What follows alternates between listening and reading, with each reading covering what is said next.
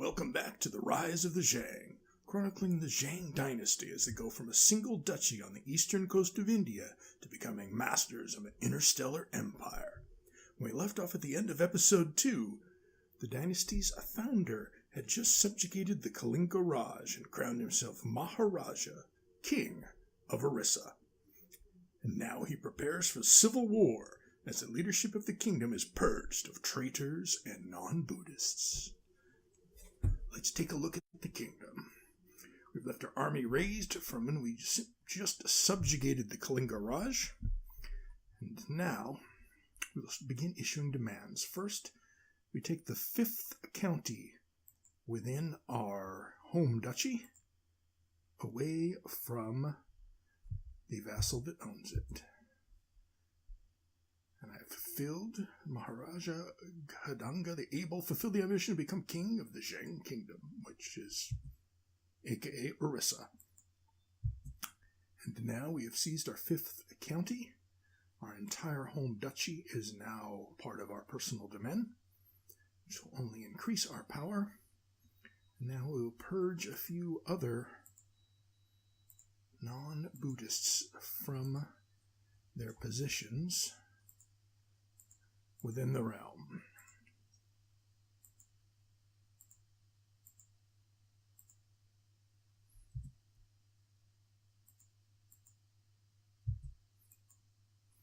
All right.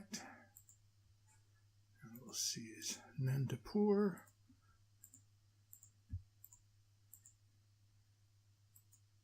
I guess Napatam. And finally, Rajamin Trahavan.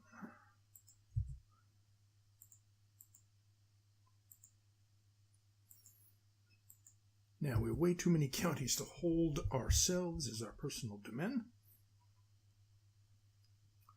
But this has purged Hindus from the main leadership of the kingdom. And we'll purge a few temples and cities as well. We want to make sure that we're on the path to spreading Buddhism as widely as we can, which will mean that our subordinate leaders will need to be Buddhist as well.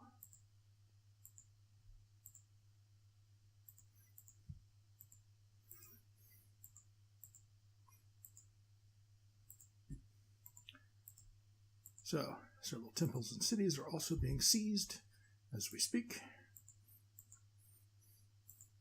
And so far, no one has revolted when asked to give up their county or their city or their temple, which is good. We'll put some good Oriya Buddhists in charge of these cities and temples.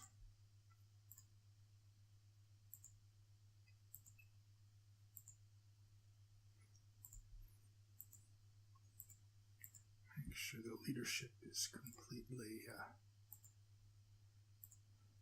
composed of our religion and culture. Now we had one vassal, this gentleman here, who is Buddhist already, and he's of the correct culture. We are going to make him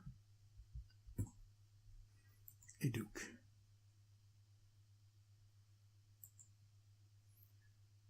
The Raj of Kalinga. He now likes us quite a bit since we gave him 3 counties and a duchy and solidified his opinion of us. And we're now within our domain limit. We're not going to permanently hold these counties down here. We're going to be giving them out probably to this same vassal as soon as we improve our internal numbers. Right now we can field 2,889 troops, which is not horrible, but we're going to need to improve that. We need to have quite a few more troops than our vassals can raise. We're going to need to start improving our personal domain. We also need to replace our spy master, who was removed in the purge. And we will put this gentleman as our spy master, charged with spying on technology, from the Western Protectorate of China. We now need a new ambition. Unfortunately, fix your broken face hidden behind a mask is not one of the ambitions. But see the realm prosper, well, we're not going to pick that one yet either, because one needs to stay at peace. And we actually need, well, we do need to take this part of our kingdom, but for safety reasons, we probably want to rebuild our forces and improve our personal demand. So we will concentrate for 5 years of peace here within the Jaang kingdom. We now have a new symbol, by the way. The kingdom of Orissa has a lion on 3 legs, clawing at the air with the 4th. Very, very fitting. I think we're going to take that symbol all the way to our star empire with us. It's an excellent symbol. And much better than our 2-headed bird, I think. All right, now we're going forward, and we'll see where 5 years of peace takes us. Ever since the Battle of Araj, I find it hard to be near my children for fear of being sent away again. Really, really. Perhaps we should gain the trait celibate, which I already had. All right. My first daughter has learned the art of war. Good, good. Excellent. We'll move forward. We have quite a bit of money, or at least we're starting to build up some money. We need a court chaplain. Our court physician will also be our court chaplain. Research some technology. Let's check where our technology is at. We're at 240. We're going to need 690 to move forward towards primogeniture. But what other laws can we put forward? Well, we just put forward a law, so we must wait until 792, about 9 years before we can do another law change. One thing I will do, which we haven't done in a few years, is once again invite everyone who will come to the kingdom without being bribed. Invite them to our court. This will get us people with claims. It will get us people with children who can be educated in our culture and religion. It will get us people with money who may or may not leave some of that money behind if they were to die. And it will give us many people who are good candidates for filling up our council with generals and stewards, spy masters, and so on. This takes a few moments. It's sort of the same concept behind, a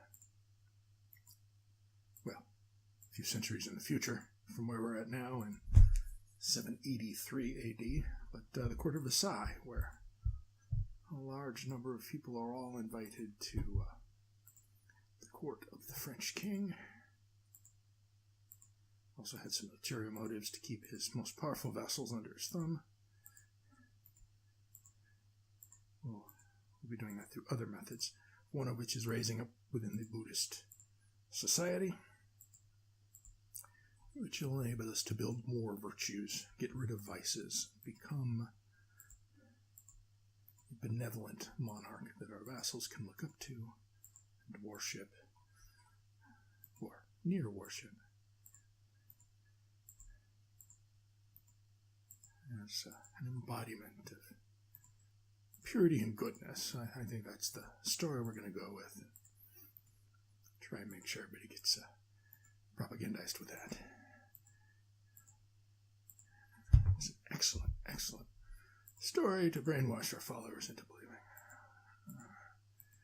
Who knows? Maybe we will become good Buddhists. We'll see. All right, we're still inviting people. This is quite a few people, hopefully. Many of them have money or titles or things to make all this effort worth it.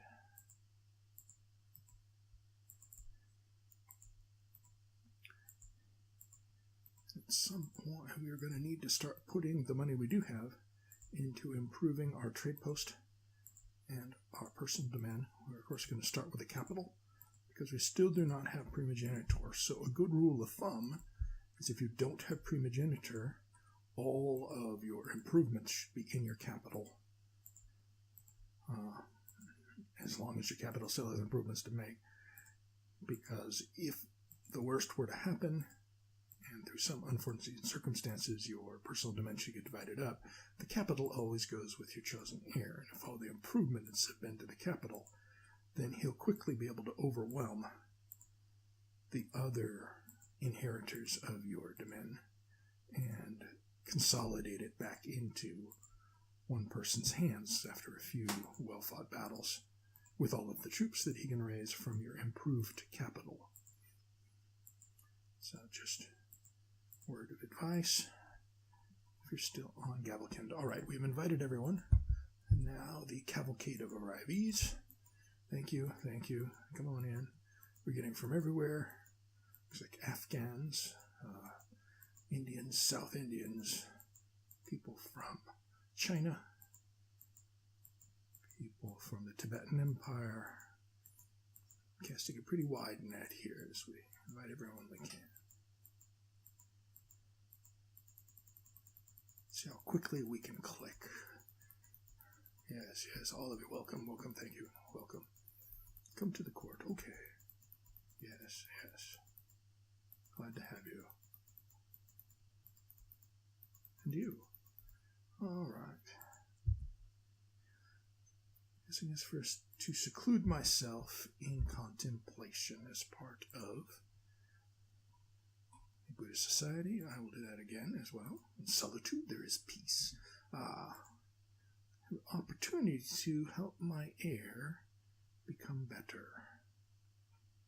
Well, I'm going to tell him to make your move at the right time. Teach him patience. There's no shame in asking for help as I study the Bhattachala. And China has beaten back the revolt that was occurring in their land. Progress is truly expanded. It looks like we have a weak claim, a sheikdom in a different part of the realm. Oh, forgive me, please. I do not want to lose cruelty. Here we are. I'm still in my solitude of meditation, and it looks like the Kagan Sultan of Kyrgyz is being attacked by China, who is attempting to subjugate them. I'm still training my son. We're moving up into the third rank of the Buddhist Society. We're 34 years old, making excellent progress. Today my awareness is truly expanded, and it looks like the Rashtrakuta kingdom has been divided up due to Gavelkind. Yep, 2 children are now in charge of the kingdom of, this is Karnataka under the Rashtrakuta dynasty, and the kingdom of Maharashtra also under the Rashtrakuta dynasty. Interesting. All right. We're moving forward. At this point, our money just jumped quite a bit. I think that might have been somebody with money succumbing to the pressures of old age. We have an idle... yes, we need to send our chancellor somewhere. We are going to send him for now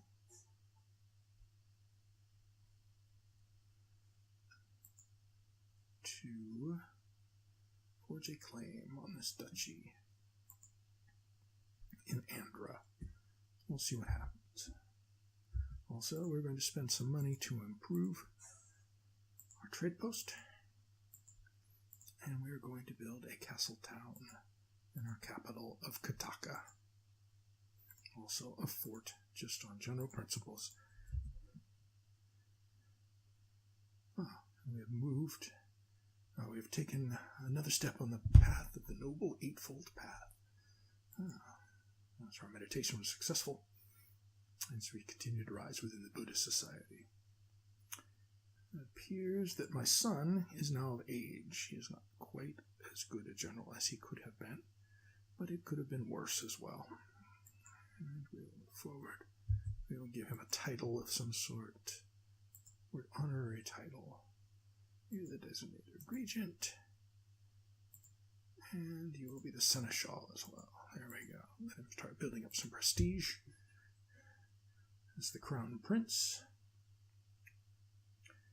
And the trade post was enlarged. And we'll now build rudimentary trade offices within the Silk Road trade post on the coast of our capital county. And it looks like Kagan Tonra of Kyrgyz has been subjugated by the Chinese. Speaking of the Chinese, we'll see if there's any gifts that we can give them to make them happy with us. How about we kowtow before the emperor? I'll put aside my pride, head to China to bow before the Emperor of China, leaving my son as regent. Also, apparently one of my vassals is attempting to be not Buddhist. I will engage him in theological debate and be convinced him. Oh, and I should... religious philosopher. Excellent.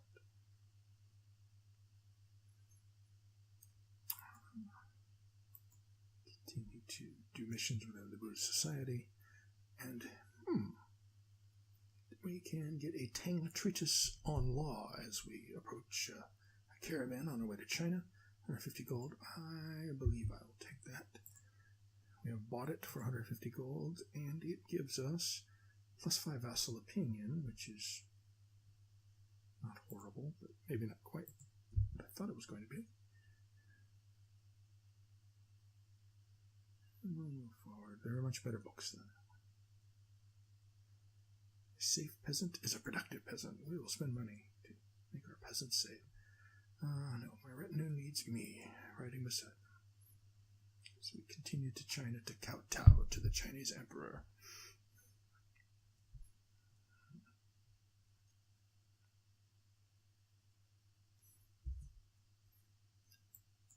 We're going towards a celestial palace, which is where the emperor can be found in China. Also, we built a small mercenary garrison to protect our Silk Road trading post, and it appears that our son can marry Sayavayamani Pallava, who has a claim on the entire Pallava kingdom, which means that his children will be able to inherit it. So our son's son will be able to take the Pallava kingdom as long as his wife gets over her chest pains. All right. And we move forward. 200 gold will let me get an artifact in the markets of China. Get some gold back for the wedding. And now, Sayavayamani Pallava has arrived. My daughter-in-law. And let us take a look at the artifact that we bought from the Chinese in the market. Build time -5, monthly prestige. It's not a horrible object to have. These Chinese, so industrious. So many nice objects. Let's see. I'm familiar with the Guanji because of my scholar trait. I impress my Chinese hosts. Peasants Kadaka. Yes, we'll spend more money to help our peasants. We're a good Buddhist king. Helping the peasants is what we do. All right. The emperor has kept his eyes on you, the chief minister says. You may enter the throne to show your subordination, but be quick about it. It's slightly rude, but we'll go with it. Hastily perform the kowtow before the silent emperor. All right, let's do that. And we've gained some grace. Excellent. And we'll continue to gain grace each month now. Because we have kowtowed to the Chinese emperor. Oh, also, my daughter is marrying matrilineally to my son-in-law, who has claims on the Talakid Gangaraj, which is a little bit further south. And I will seclude myself in prayer and meditation.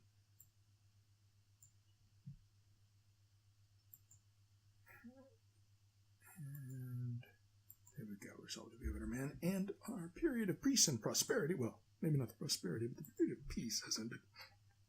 5 years of peace. And now I want to become a paragon of enlightenment. We'll see how that goes.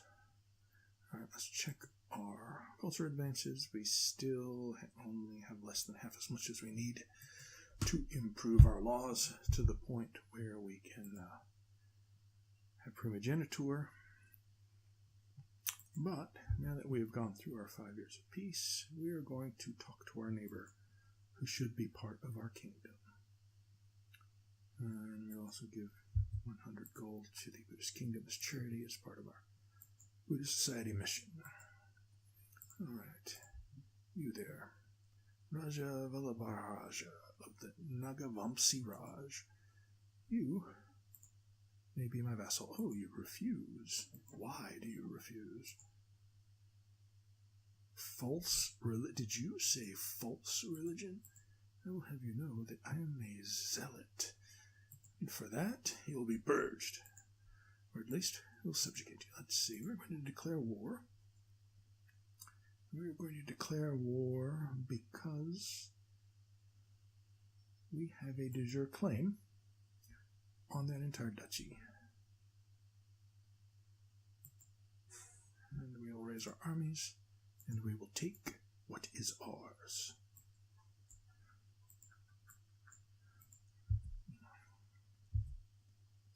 Oh, I have gained the trait honest.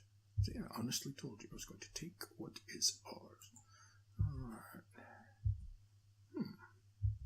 Having some difficulty as part of our forces are grabbed before they can gather with the rest of the army.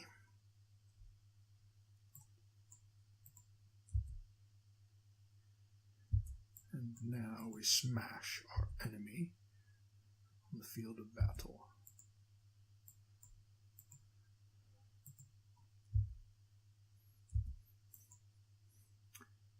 Editor prospers, that is good. Kudakala Mandala prospers.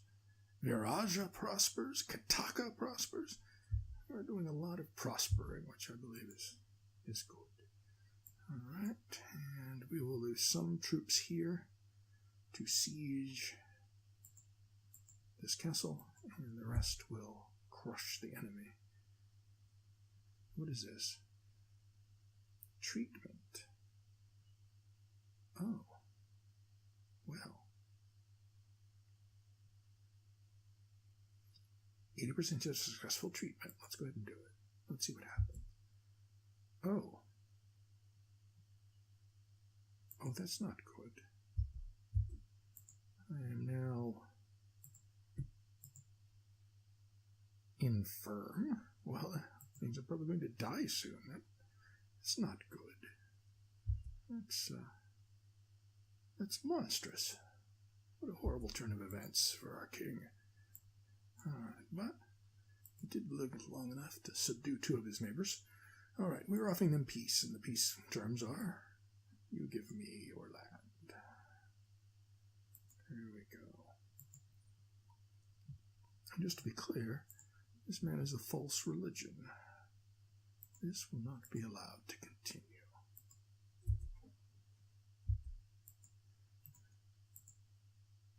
Not in my realm. Not in my realm, sir.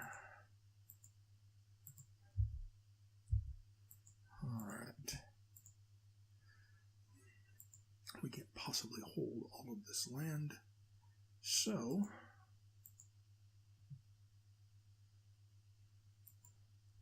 we're going to grant a landed title, the Raj of Dandrakaranya, which is these 3 here.